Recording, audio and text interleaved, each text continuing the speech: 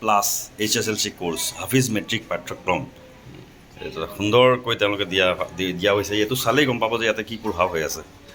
ইয়াতে যে বাহিৰৰ কোনোবা আহি পেলাই যদি ইয়াতে ইনস্পেকশ্যন কৰিবলৈ আহে, বিভিন্ন শিক্ষাবিদসকল আহি পেলাই ইয়াত চাই পেলাই তেওঁলোকে ইয়াতে ধাৰণা এটা ল'ব যে ইয়াতে কি পঢ়োৱা হৈ আছে, ইয়াতে কি শিক্ষা হৈ আছে।